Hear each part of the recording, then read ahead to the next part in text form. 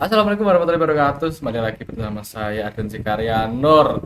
Nah, ini sudah lama saya tidak membuat video YouTube. Nah, kali ini beda ya kayak sebelum-sebelumnya. Kalau yang dulu-dulu itu kita bahas gambar teknik, gambar secara program CNC, pakai Mastercam. Nah, kali ini saya akan membahas tentang kontrol sistem otomatis gitu ya. Nah, oke, dan ini saya kebetulan dari kelompok 3. Nah, NIM saya 098. Oke, langsung saja. Nah, ini judulnya otomatis, kontrol sistem otomatis. Kita coba pelajarin ya bersama. Let's go. Jadi buat sumber materinya saya pakai artikel dari ini ya, dari Benjamin sama Norman. Nah, ini bisa dilihat. Dan bab yang dibahas itu tentang konsep dasar sistem kontrol, penerapan PID controller dalam rekayasa. Next, oke langsung. Nah, sistem kontrol itu apa sih? Nah, jadi sistem kontrol itu rangkaian perangkat yang fungsinya itu buat menjaga suatu proses agar berjalan sesuai tujuan yang ditetapkan.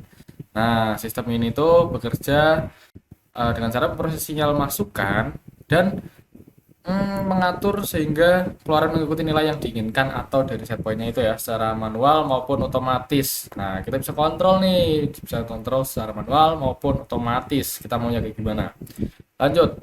Nah, di sistem kontrol juga itu ada yang namanya feedback. Nah, jadi sistem kontrol itu juga bisa namanya juga kontrol. Dia punya kontrol dari feedback atau timbal balik gitu ya. Nah, ini ada penjelasannya yaitu feedback merupakan mekanisme di mana keluaran sistem output sistem gitu ya dikembalikan ke masukan untuk diperbandingkan dengan nilai acuan.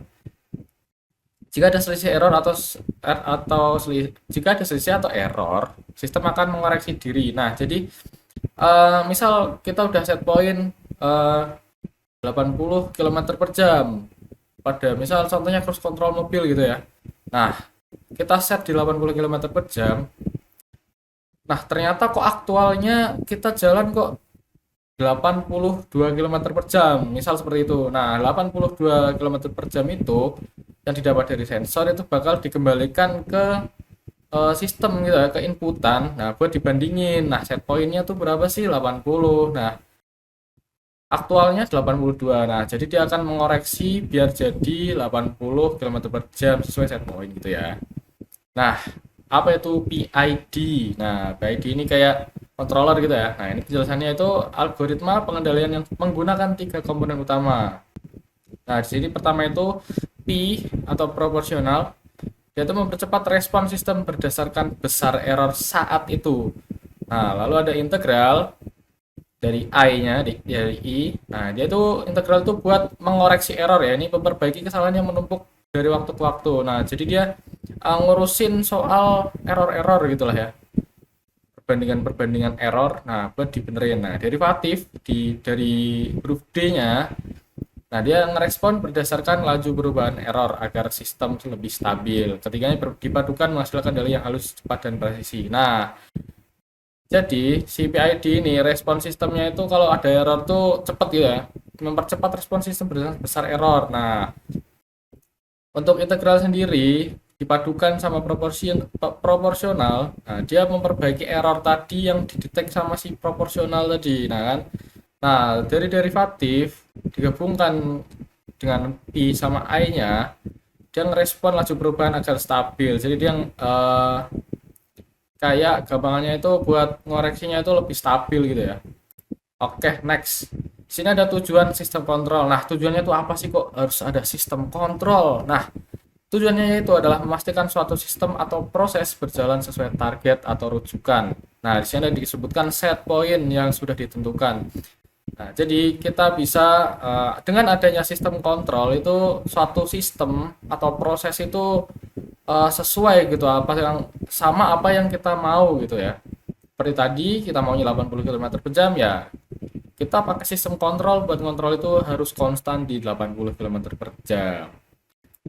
Itu. Nah, ini misal contohnya, emang buat apa sih sistem kontrol? Nah, bisa kita lihat yang pertama itu contoh-contohnya ini ya.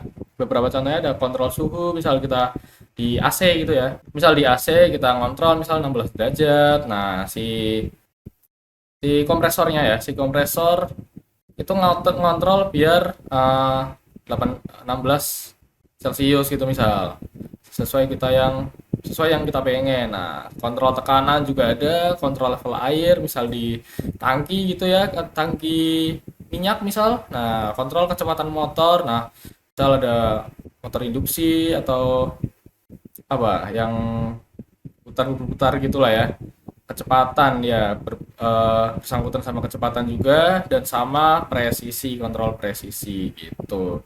Dan mungkin ada banyak lagi ya, dan ini misal contoh-contohnya ada 5 saya taruh di sini. Lalu selanjutnya yaitu komponen utama sistem sistem kontrol. Nah, di sini utamanya itu yang dibutuhin dari sistem kontrol itu yaitu satu, ada set point atau kita menentukan nilai yang kita pengen. Yang kedua ada sensor atau alat ukur. Nah, misal yang kita pengen berapa, nah aktualnya ini digarap atau diurus sama sensor gitu ya. Nah, controller ini seperti tadi PID-nya. Nah, aktuator itu yang seperti alat yang ada di lapangannya gitu lah ya. Nah, ini penjelasan komponen, kita bisa next. Nah, set point kita satu-satu ya. Apa sih set point? Nah, set point itu di sini ada nilai yang diinginkan. Nah, misal nih, ini target yang harus dicapai sistem gitu ya, ini tujuannya dari set point. Nah, contoh misal suhu pada AC 25 derajat, ya 25 derajat yang kita pengen gitu ya. Kecepatan 100 km per jam pada mobil dengan cruise control yang tadi saya bahas juga.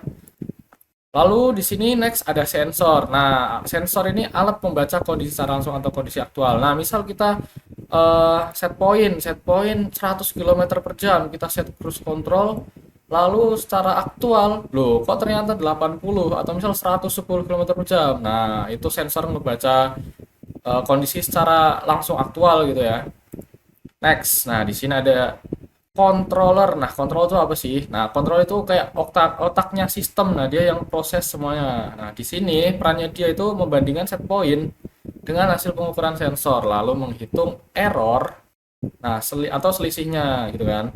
Setelah itu, controller memutuskan aksi koreksi. Nah, setelah menghitung error, nah error harusnya kan berarti nggak sesuai gitu ya. Misal ada error yang harusnya kita mintanya 100 km per jam malahan 105 misal. Nah, errornya berarti 5 km per jam. Nah, dia jadi otaknya buat ngebandingin, buat ngitung gitu ya. Nah, contohnya itu PID. Nah, proporsional integral derivatif yang tadi kita sudah bahas ya.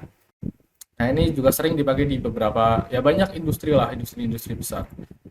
Lalu, nah next itu ada aktuator. Apa sih aktuator? Nah, ini adalah alat yang benar-benar mengubah kondisi sesuai perintah controller. Contoh nih, ada contohnya. Heater untuk menaikkan suhu, atau katup untuk mengatur aliran, motor untuk menggerakkan mekanisme. Nah, contohnya ini misal kita udah set point nih, katup atau valve harus naik 50% buat airnya misal tingginya 1 meter. Nah, misal kita pengennya tingginya 1 meter, namun di bagian sensor kok ngedetect masih misal 80 cm gitu ya. Nah, diproses kan ada error. Nah, diproses sama controller, lalu nah controller nyuruh koreksi, nyuruhnya ke siapa ya, ke aktuator. Nah, maaf ini tipu sedikit ya. Nah, ini harusnya aktuator. Nah, jadi si aktuator ini jadi yang eksekutor lah. Nah, misalkan katupnya, misal tangkinya 1 meter airnya harusnya, nah tapi kok 80 cm doang. Nah, katup atau valve ini yang berperan jadi aktuator, berarti harusnya ditambahin buat ngisi si tangki tadi ya, ditambahin atau dibuka lebih besar. Seperti itu misal contoh simpelnya ya. Nah, di sini juga ada motor untuk menggerakkan mekanisme. Nah, banyak ya. Nah, di sini ada prinsip dasar PID. Nah, apa sih? Nah, sebuah metode kontrol umpan balik yang digunakan untuk menjaga suatu sistem pada nilai yang diinginkan atau set point. Nah, ketika komponennya bekerja sama untuk mengoreksi kesalahan antara set point dan nilai aktual dari sistem. Nah, ketika komponennya itu apa? Yang tadi ya, PID, proporsional, integral, dan derivatif, gitu ya. Prinsip dasarnya seperti itu. Dia buat mengoreksi kesalahan antara set point dan nilai aktual. Nah, seperti itu dari sistem. Nah, ini ada proporsional. Apa sih proporsional? Nah, komponen P proporsional mengoreksi kesalahan saat itu juga. Aksi kontrol ini sebanding langsung dengan besarnya kesalahan. Nah, artinya nih ada penjelasan lagi, semakin besar perbedaan antara nilai yang diinginkan set point dengan nilai aktual, maka tindakan yang dikoreksikan juga semakin besar. Nah, proporsional ini juga kan berarti jadi kayak pengoreksi awalnya gitu lah ya. Nah, dia semakin besar error gitu ya, semakin besar error, semakin besar pula tindakan koreksi yang diberikan. Nah, ini prinsipnya mirip dengan menginjak pedal gas mobil. Jika Anda melihat speedometer menunjukkan 50 km per jam, tetapi target Anda adalah 80 km per jam, Anda akan menekan pedal gas tindakan koreksi lebih dalam. Nah, beda kan? Misal kita pada 50 km per jam, namun pengennya itu misal cuma 60. Nah, kan kecil tuh errornya. Nah, errornya berarti kecil, tindakannya juga kecil. Dengan apa? Pedal gasnya nggak terlalu dalam kita injak, hanya tipis-tipis sampai 60 km per jam. Nah, juga sama ini 50, pengennya kok 80, kan berarti harus nambah banyak tuh, nambah 30 km per jam. Nah, berarti nginjak gasnya bakal lebih dalam gitu. Nih, semakin jauh dari 80 km per jam, semakin dalam Anda menekan gas. Namun, jika hanya menggunakan P, sistem bisa jadi tidak pernah mencapai target yang tepat dan selalu ada kesalahan. Gitu, guys.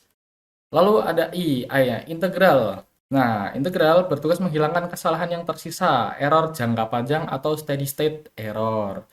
Aksi kontrol ini mengintegrasikan atau menjumlahkan kesalahan dari waktu ke waktu. Jadi dia ngumpulin data-data sebelumnya buat kayak itu polanya tuh, oh mungkin eh, bedanya errornya tipis-tipis terus. Nah, ini dia. Dia akan mengingat kesalahan masa lalu gitu ya. Jika ada kesalahan kecil yang terus-menerus terjadi, komponen I akan terus meningkatkan aksi koreksinya. Nah, sehingga kesalahan tersebut hilang sepenuhnya. Jadi ya bener-bener ngepres, ngeminimalisir banget yang ada error. Dengan adanya error itu ya. Jadi press banget buat ngilangin error.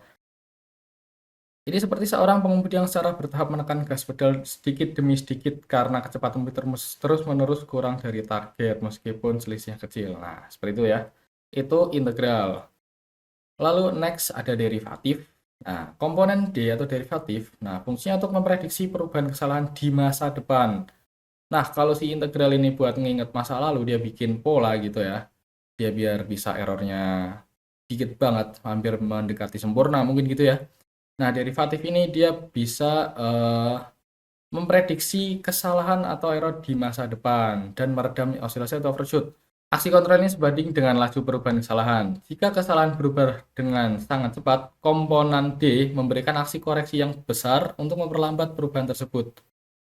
Ini seperti seorang pengemudi yang dengan cepat melepaskan pedal gas saat melihat speedometer melaju kencang mendekati target untuk menghindari overshoot. Nah, overshoot itu kelebihan kelebihan target gitu ya, atau melebihi kecepatan yang diinginkan. Nah, ini kelebihan dari terlalu besar dari set point yang kita tentukan. Nah, komponen dia membantu menstabilkan sistem dan membuatnya lebih responsif tanpa berisolasi.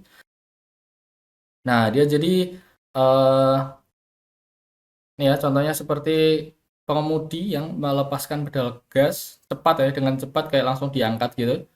Saat melihat speedometer melaju kencang. Nah, misal kok errornya itu sampai tiba-tiba 100 km per jam padahal target 60 doang. Nah, ini dia. Dia menghilangkan atau menghindari overshoot si peran komponen derivatif ini. Next. Nah, ini contoh, ada contoh ya. PID dalam kehidupan sehari-hari. Nah, controller PID pada mesin cuci otomatis nih, kita bahas mesin cuci otomatis ya, bekerja untuk menjaga kecepatan putaran motor, ya motor listrik yang ada di dalamnya, atau putaran motor listriknya agar stabil dan akurat selama siklus pencucian dan pengeringan. Ini memastikan mesin bekerja secara efisien, tidak merusak pakaian dan mengurangi kebisingan. Nah ini, bagaimana PID bekerja pada mesin cuci? Nah nomor satu nih, pengukuran atau input. Nah kita kan naruh input pasti ya. Nah, sebuah sensor kecepatan atau tachometer secara terus-menerus mengukur kecepatan putaran drum saat ini juga, saat dilakukan proses itu sendiri ya. Nah, kedua ada perbandingan set point. Nah, nilai yang diukur ini dibandingkan dengan kecepatan putaran yang diinginkan set point untuk fase siklus tertentu, seperti saat mencuci atau mengeringkan. Nah, jadi misal set point kecepatannya itu defaultnya dari mesin cuci, misal RPM-nya cuma misal 100 mungkin gitu ya, saya kurang tahu, mungkin 100. Nah, dia harus menyesuaikan 100 terus gitu ya. Nah, atau misal mengeringkan mungkin lebih cepat gitu ya. Nah, ini ada kalkulasi PID. Nah, ini proporsionalnya bagian P-nya. Jika kecepatan drum jauh dari target, misalnya saat beban pakaian berat, komponen P akan segera meningkatkan daya motor untuk mempercepat putaran dan sebaliknya. Nah, dia jadi misal eh, beban pakaiannya berat, kan air gitu ya isinya ya. Beban pakaiannya berat, nah si P ini perannya meningkatkan daya motor untuk mempercepat putaran dan sebaliknya. Lalu ada I integral jika ada beban yang tidak seimbang di dalam drum yang menyebabkan kecepatan putaran terus-menerus sedikit lebih rendah dari target. Nah, misal eh, kok putarannya nggak stabil gitu ya, misal naik turun naik turun. Nah, komponen ini akan secara bertahap menaikkan daya motor untuk menghilangkan selisih kecepatan kecil ini hingga drum berputar tepat pada kecepatan yang diinginkan. Jadi dia benar-benar si integral ini menghitung buat menyesuaikan banget. Misal kayak kelebihan putaran dikit atau kekurangan putaran dikit. Nah, dia langsung menyesuaikan ya dia dan membaca masa lalunya gimana kan, misal kayak yang udah-udah kok polanya cuma dikit-dikit, misal cuma kelebihan 1 RPM atau misal kurang bebannya terlalu berat gitu ya. Nah, itu dia langsung menyesuaikan. Peran derivatif di mesin cuci itu apa? Saat mesin cuci tiba-tiba menghadapi hambatan yang membuat kecepatannya berfluktuasi drastis. Misal nih, karena pakaian yang kusut. Nah, komponen dia akan mendeteksi perubahan kecepatan yang cepat ini dan memberikan koreksi mendadak untuk meredam fluktuasi, menjaga putaran tetap stabil tanpa overshoot atau osilasi. Seperti itu, teman-teman.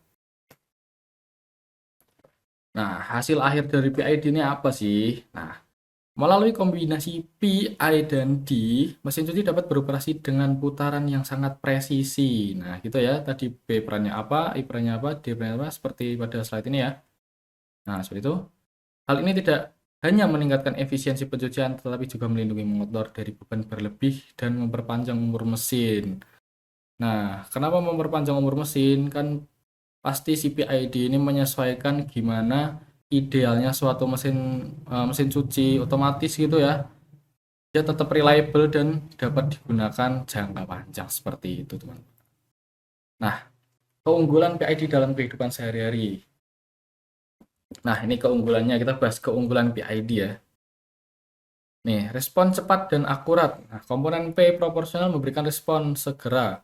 Nah, proporsional itu memberikan respon segera ya terhadap kesalahan. Sementara komponen I menghilangkan kesalahan kecil-kecil yang tersisa seiring waktu. Jadi dia membaca masa lalu ya, riwayatnya, misal kenapa nih kok kesalahannya kok gini-gini terus. Nah, ini dia ngedetek itu ya. Ini memastikan kecepatan drum mencapai dan mempertahankan target dengan cepat dan akurat.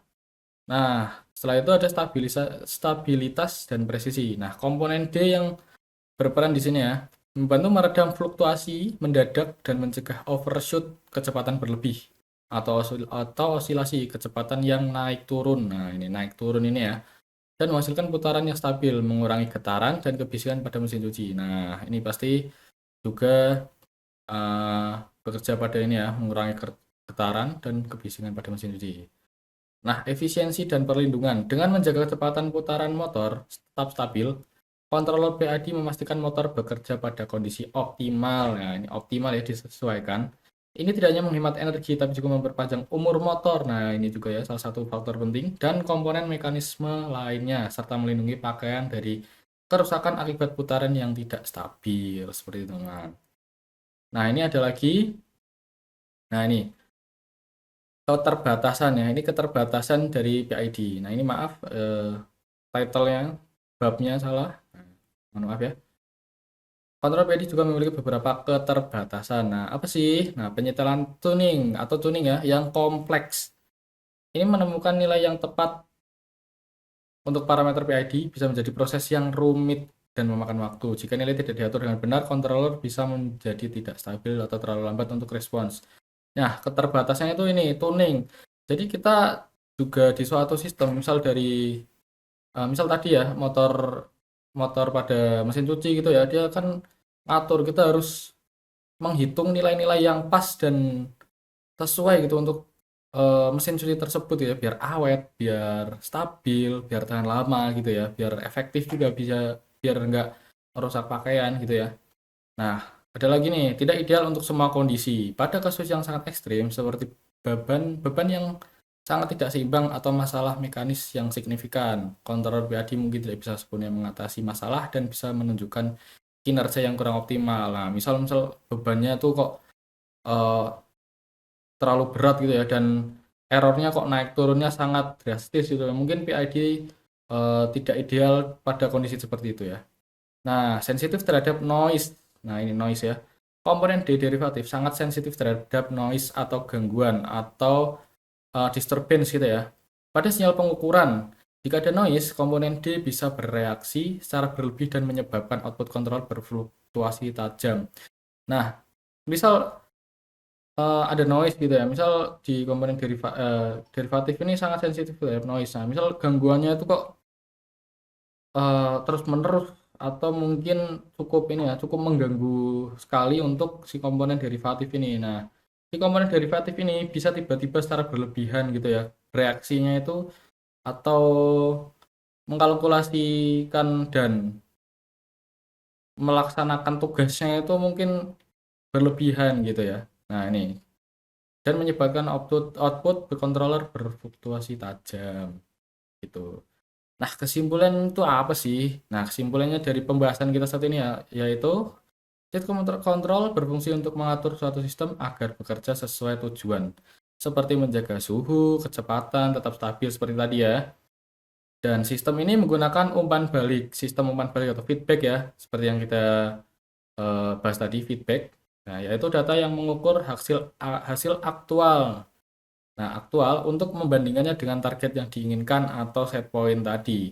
Nah, error yang ditemukan kemudian dikoreksi oleh pengontrol atau controller. Apa itu tadi? PID ya, kontrol kita tadi ya bahas. Nah, proporsional integral derivatif.